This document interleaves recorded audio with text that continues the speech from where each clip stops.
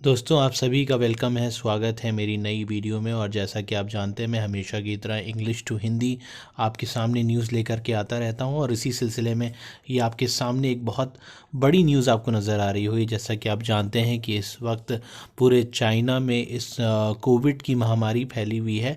तो इसको देखते हुए भारत सरकार अपनी क्या तैयारी कर रहा है उससे रिलेटेड यहाँ पे जो है वो न्यूज़ नज़र आ रही है। ठीक है, तो चलिए हम जो है वो न्यूज़ की शुरुआत करते हैं। और जिन्होंने भी फटाफट चैनल को सब्सक्राइब नहीं किया वो कर लें, क्योंकि मैं इसी तरह की वीडियोस बनाता रहता हूँ।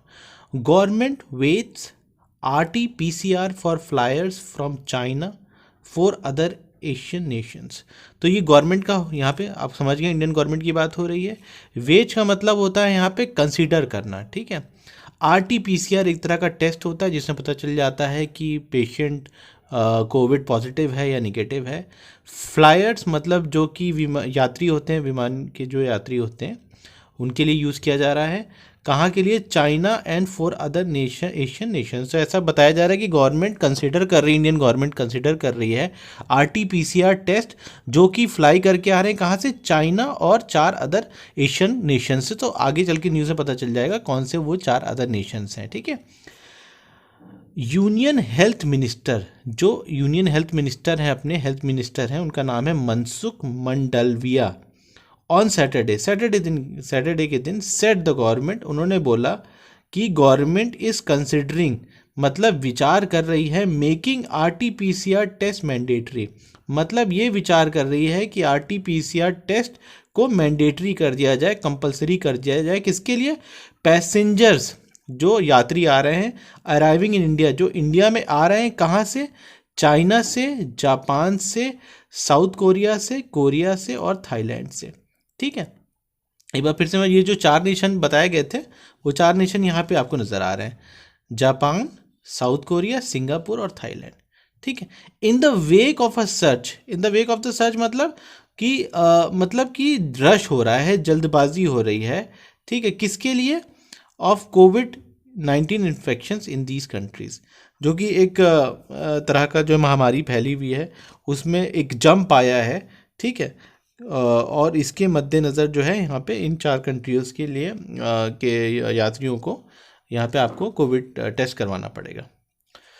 ही वॉज स्पीकिंग, वो बात कर रहे थे on the sidelines of the convocation. Sidelines मतलब होता है कि कॉन्वोकेशन के दौरान। किसका कन्वोकेशन था? National institute of pharmaceutical education and research, Ahmedabad. ठीक है, और इसका यहाँ पे जो है शॉर्ट फॉर्म लिखा हुआ है NIPER-A एट गांधीनगर में वो बोल रहे थे। ठीक है, मंडालविया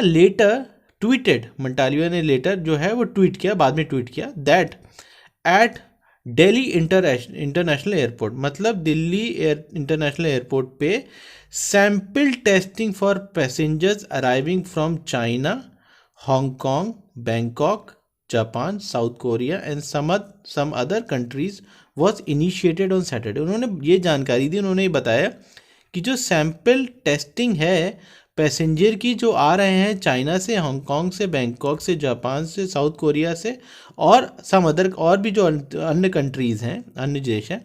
इनिशिएट का मतलब होता है शुरुआत करना। तो शुरुआत कब हुई? सैटरडे को, शनिवार को शुरुआत हो गई।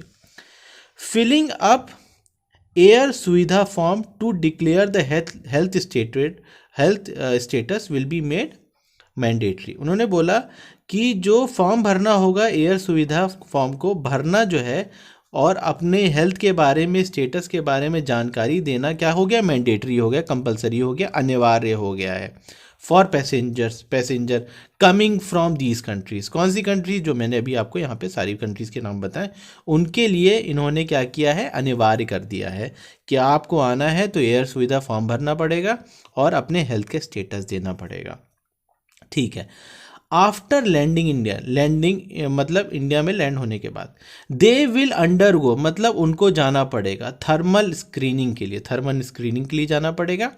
एंड वी हैव इशूड, और हमने जो है वो इशू किया है ऑर्डर किसके लिए इशू किया? फॉर देम, कौन लोग? जो आ रहे हैं बाहर की कंट्री से। ठीक है, टू बी क्वारंटाइन होना पड़ेगा। ठीक है, इफ़ फाउंड पॉजिटिव मतलब अगर आप कोविड से पॉजिटिव हैं तो आपको क्वारंटाइन होना पड़ेगा, ये बोला गया है।